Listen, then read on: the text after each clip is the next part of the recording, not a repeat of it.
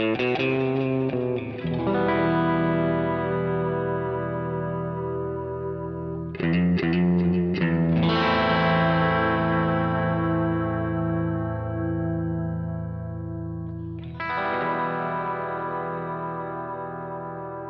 listening to Mark of the Maker.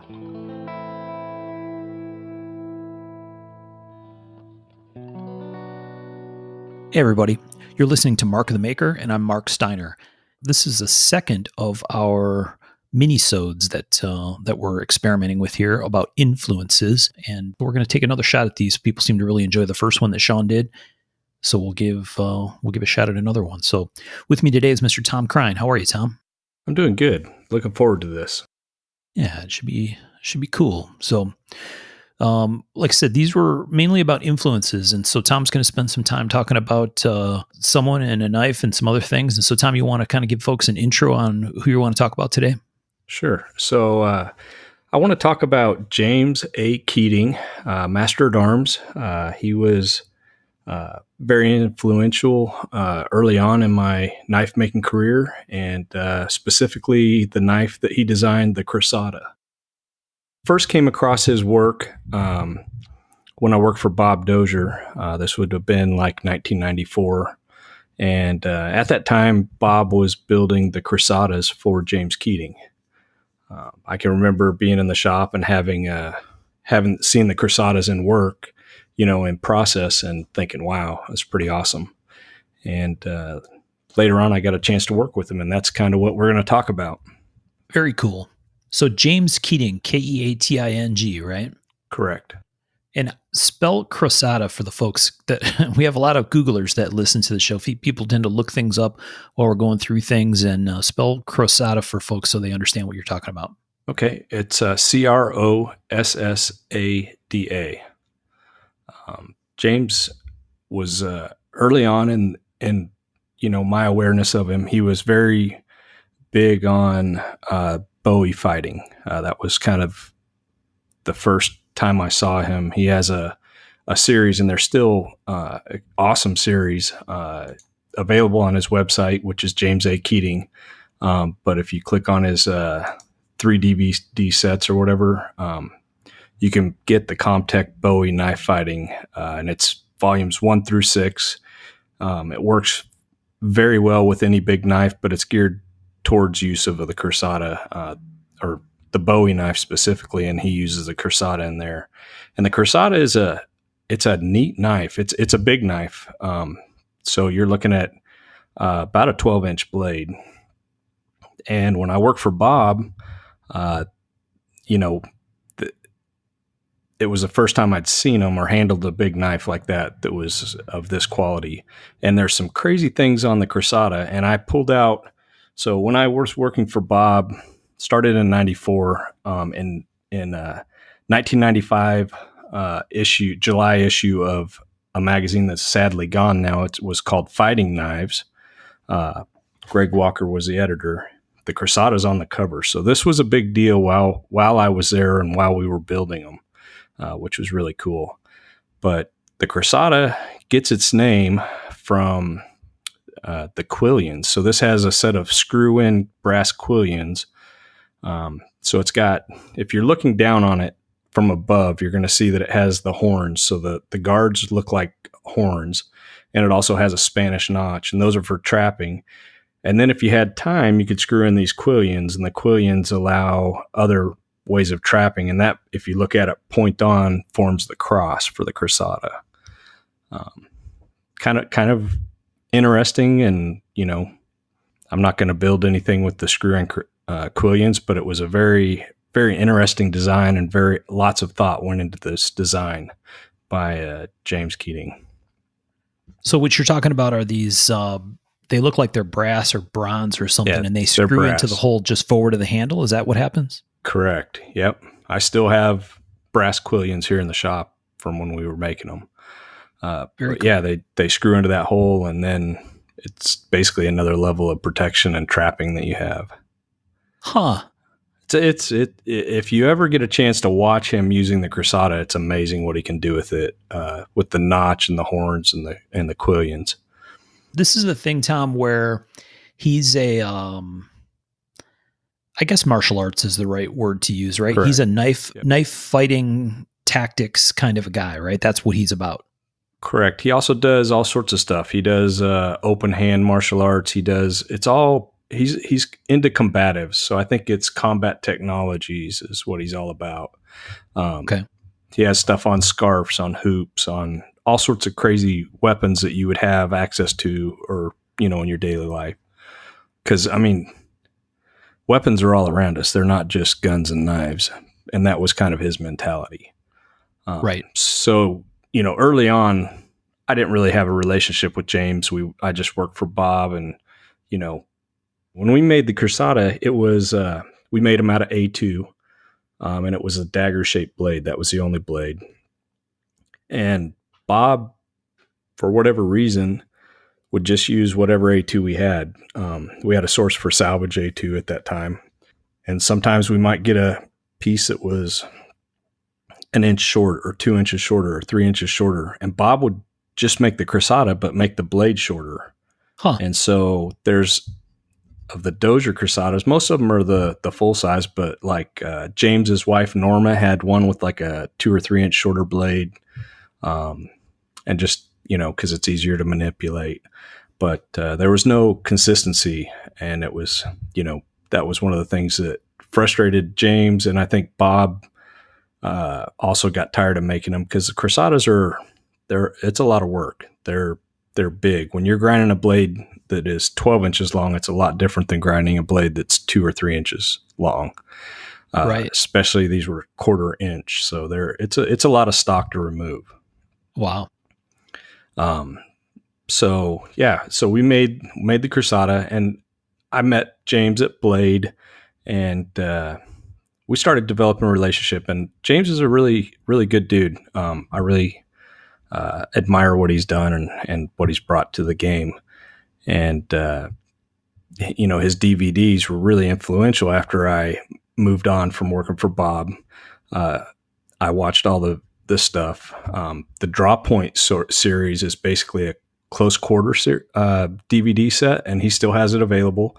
And my TK8, the Defender, was actually designed after watching the Draw Point series. I was like, I got to build a knife to work for this, and so the TK8 is directly, the Draw Point series is directly responsible for that design.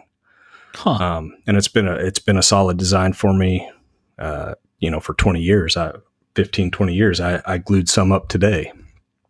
Check that out. Very cool. So yeah, pretty neat. And then, I worked for AG Russell, and I'd still see James at shows and stuff. And when I went out on my own, which would have been, I want to say around, I can do the math. Let's see, 98. It would have been 2001, 2002, when I was working as a nurse and doing this on the side a little bit. I started talking with James, and basically we decided that he was looking for someone to make them, and I needed some stuff to do. And so we started talking back and forth. And one of the things that I didn't like about the original Crossada design was the handle.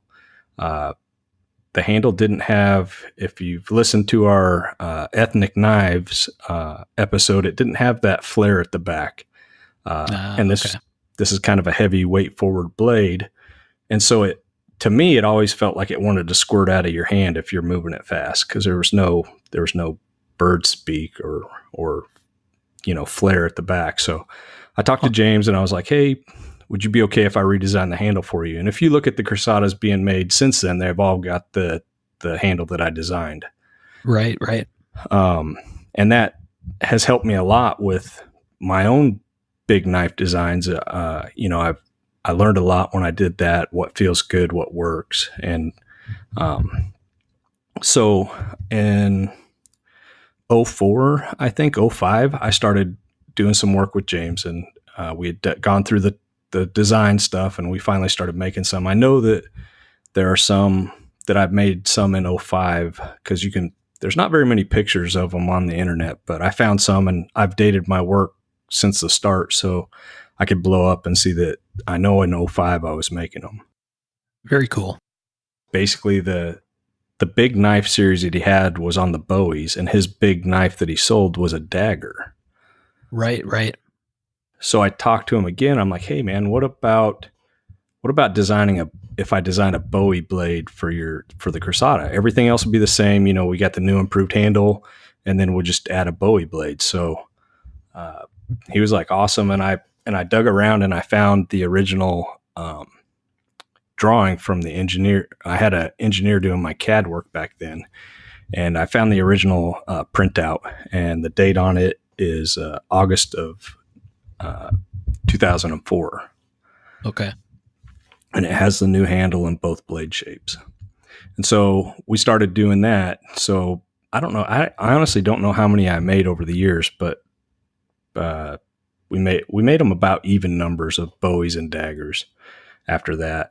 And the Bowie, same, everything was the same as far as the blade length, and the balance on them was also almost exactly the same. So you could get the dagger or the Bowie and they would feel the same in the hand. Well, that's pretty cool. So yeah, it was a lot of fun. Tom, did the style not depend on the upper portion of the blade being sharpened, or was the swedge sharpened on the Bowie style? Yeah, so the swedge was 0 ground on the Bowie, so it was totally sharp. And that's, in the Bowie, the DVD series, that's the secret weapon of the Bowie, is having that top sharp edge, because you do the back cut. And there's actually a whole DVD on the back cut. And I had watched this whole series before I started trying to redesign anything, because I definitely wanted to bring stuff that James would find useful and complementary to his style. Very cool. So this was his design made by different people, where the knives usually marked with the original maker's name, like when Bob did them. And so when Bob made them, it has the Dozier made Arkansas logo, I think. And then it has like James's signature, which was another etch. And then it had the Comtech little shield. So yeah, if you Google it, you can usually see who's making them. I don't know if he's doing that anymore. I think Bob was the first one to do them. I was a second, and both of us marked them. After that, I'm not 100% sure. I got kind of busy with my own stuff, and I haven't followed James's work as close as I should have. Yeah. No, I'm looking at pictures right now, and yeah, it looks like, I'm going to say most are marked with the maker's name now that I'm looking at them, but maybe not all. Of course, it's hard to tell sometimes from the pictures, right? Because they're not real huge, but right. Yeah, definitely some variation in the pattern a little bit. And like you said, definitely different handles and stuff over time, I guess. So another thing that I don't see a whole lot of, if you Google, and I had a hard time finding any, every knife I sold had a matching aluminum trainer. So all the Crossadas I sold had one of two handles that I made for James. One was like a blasted black linen, and the other one I made a batch with Cocobolo, which turned out really nice. But whatever it was, it had a matching Crossada trainer, and these were made out of aluminum. And instead of grinding them, I would round over the edges. So the reason is we're trying to keep the balance similar.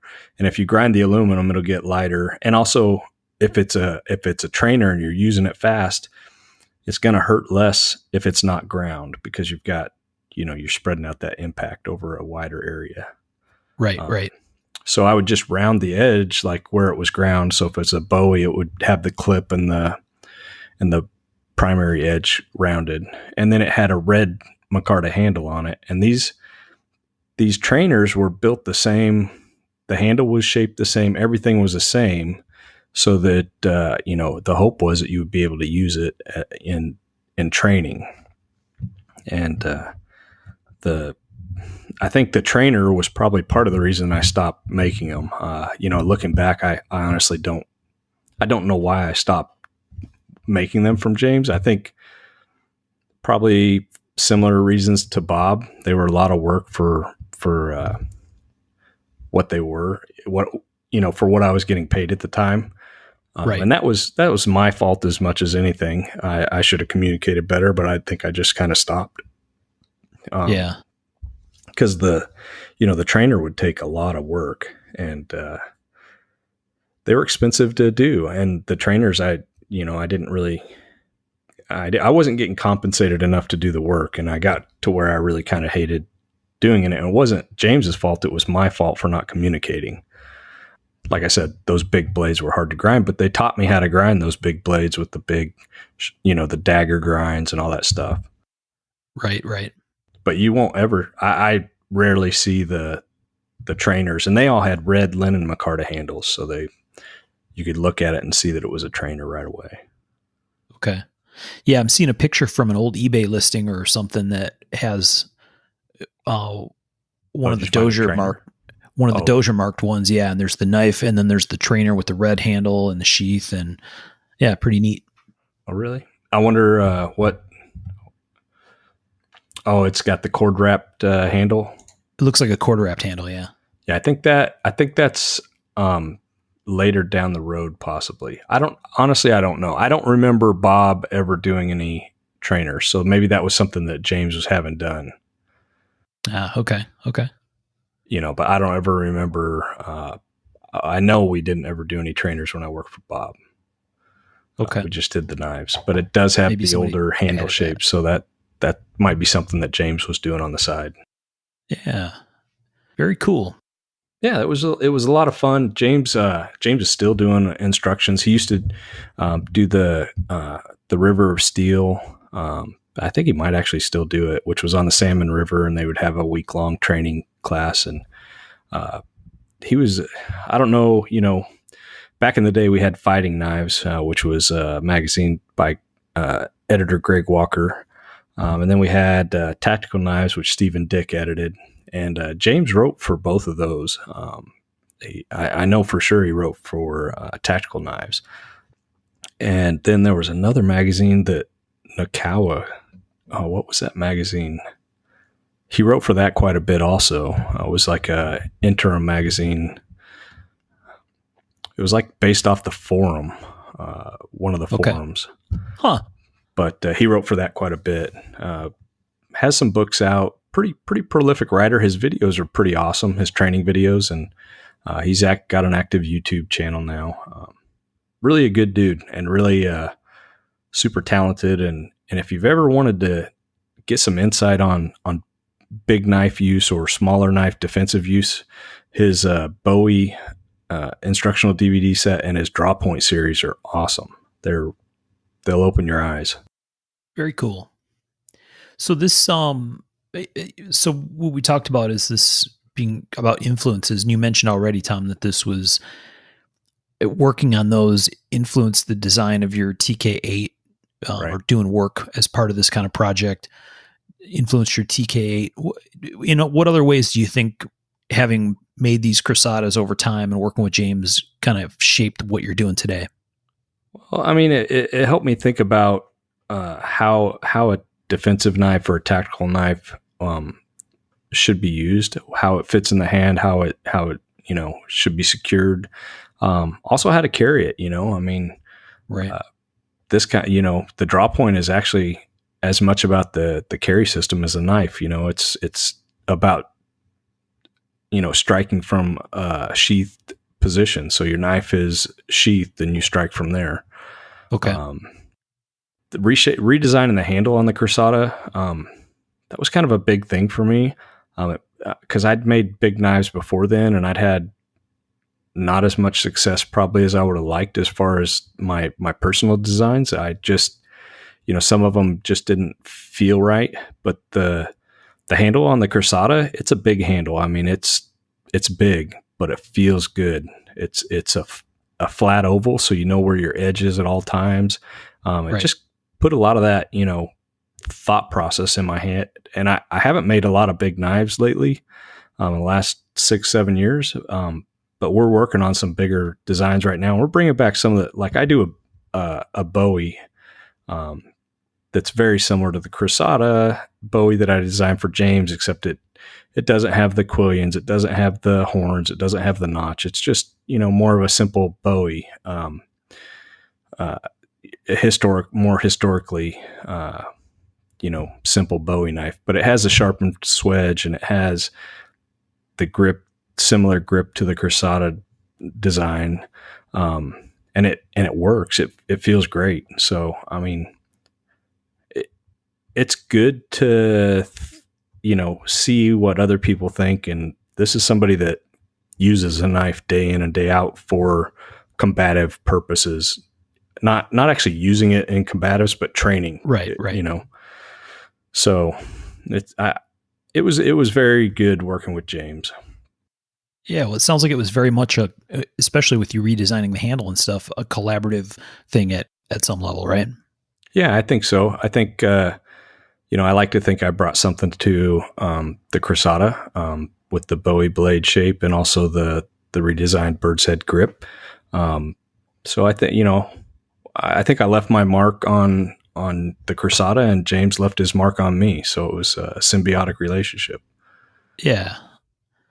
No, that's very cool. I mean, ultimately that's, I think anybody that works in a design, a design field or cares about design or thinks about design, that's the definition of success in that scenario, right? Is, did I take something away from this situation or time or relationship that helped shape what I do or give me more things to consider? And it sounds like that was very much the case here. Oh yeah. And no bridges were burned. I honestly can't remember what happened. I think he had some crazy stuff going on and I was super busy with little kids at that time and trying to get a business going and working in the hospital at the same time. So life was chaotic. And, the good thing is no bridges were burned, at least that I know of. So, who knows? Maybe there's another Crying Crossada in the future. I don't know. I've got training blades, aluminum trainers, and I've also got a pretty big stack of D2 Crossada blades. I probably got 10 or 12 here in the shop. But, when I quit, and this is not my design. So I have not made any since, and I won't, don't ask. I have been asked, but it's not my design. And so they've just sat here and who knows, maybe down the road, there may be another Crying Crossada, Yeah. There's been some pretty awesome ones made. I like to think that mine were up there with the best. Maybe that's foolish of me, but I do like to think that. Right. Oh, very cool. It looks like the Quillians, he called them, the little pins that are sort of like the guards in the other direction. Right. Those were stored in the sheath, like in a little slot in the sheath or something. So he has made stuff. He has had leather sheaths made that those store in. When I was making his, I didn't have a leather sheath maker at the time. Okay. So if you get one of mine, it will have a Kydex sheath, which I didn't have any way of doing that at my shop at the time because you have to have a pretty big piece of Kydex to do a sheath for one of these. Because like I said, it's 12 inches in front of the guard. So you need to go another 3 or 4 inches and you need a couple inches overlap. So they were big. I would have to take these home to my house and do them in the oven at home when my wife was at work. And I would mold them all at the house. It was pretty funny. And my wife would come home and she'd be like, oh, you done Kydex at the house again? Because it's not the best smelling stuff. Exactly. But the ones I did, so they were also the only ones I've ever done. They were set up for a frog. So they have a stud on them. So you could just slide the whole thing into your belt and it would stop when it would hit the little brass stud. Ah, okay. So very cool. Yeah. They were, like I said, this was something totally different than anything I would have ever come up with, thought of. Right. And the horn, the Crossada design works. The horns and the Spanish notch, you can trap a blade with them. I mean, we've played around here in the shop and it all works. And if you watch Keating use one, he'll take your knife away right now. But yeah, he's pretty skilled. Yeah, kind of neat. One of those iconic designs that probably a lot of people aren't familiar with. But if you've ever seen one and know what they are, if you ever see one down the road, you're like, oh, a Crossada, because they stand out on the table. Yeah, definitely. Once people look at the picture, for folks that are familiar, they're very quickly recognizable. I think that's a safe way to say it. Yeah. Yeah, and check out James Keating's website. It's jameskeating.com. He's got a lot of training videos and some different stuff. Interesting cat, really good dude. I think it's this is, and we encourage our listeners to do this. We've done it many times throughout our episodes so far, which is to look outside their normal comfort zone, right? So some guys, when they hear the beginning of this one, are going to be like, oh, a knife training guy, tactical ninja guy, whatever. But I think there are design elements to this knife that come from very far back in history, right? Like the horns and those shapes, right. And it would give people a very modern way to connect those features that you see on old knives or swords even, yep. With actual technique, right? So even if you're not a tactical knife guy or whatever, it's definitely worth looking at and understanding more about why the knife is the way it is, right?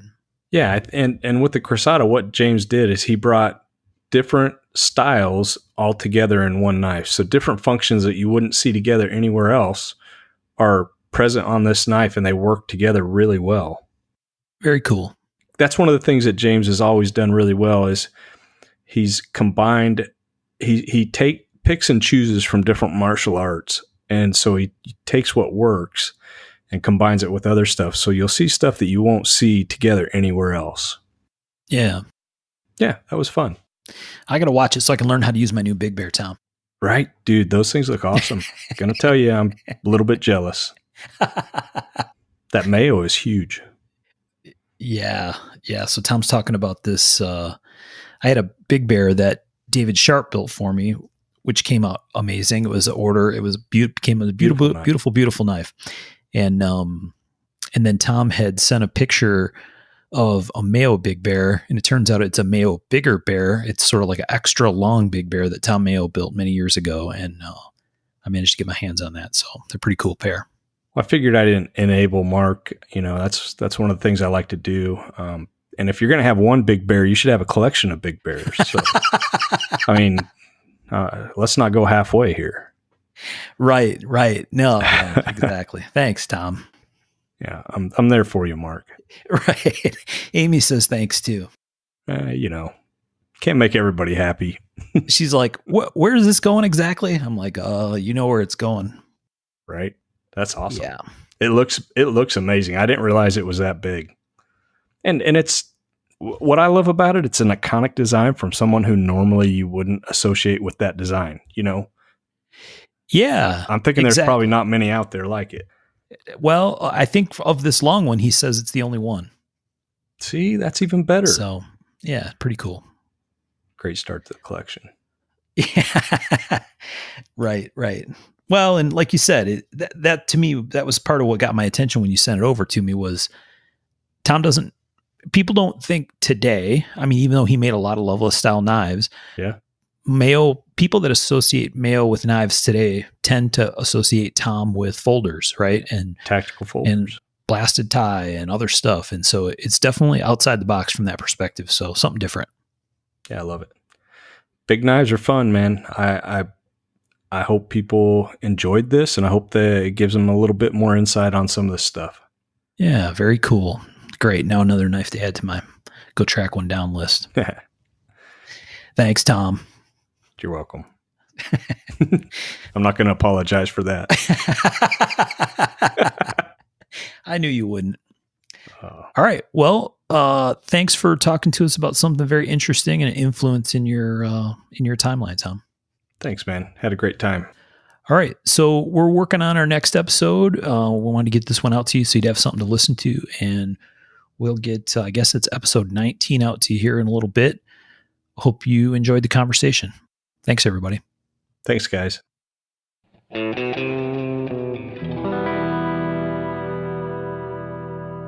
learn more about our makers, you can find Tom Crine on the web at crineknives.net, in his Facebook group Crine Knives, or in his Instagram account at Crine Knives. For Michael Birch, check birchtreeblades.com, Facebook group Birch Tree Blade Works, or Michael's Instagram at birchtreeblades. For myself and the Raygun Bead Project, we're on the web at raygundivision.com. We have a Facebook group called Raygun Division, or my personal Instagram at msteiner. For those interested in photos, references from the show, or some discussion about the show itself, you can find us on the web at markofthemaker.com, in a Facebook group called Mark of the Maker, or on our Instagram at Mark of the Maker. Last but not least, the ultra cool and haunting background music we use for the show is a piece called Noir Guitar by Stevie's Amp Shack, found at the Free Music Archive and licensed under Creative Commons CC BY 4.0. Thanks for listening.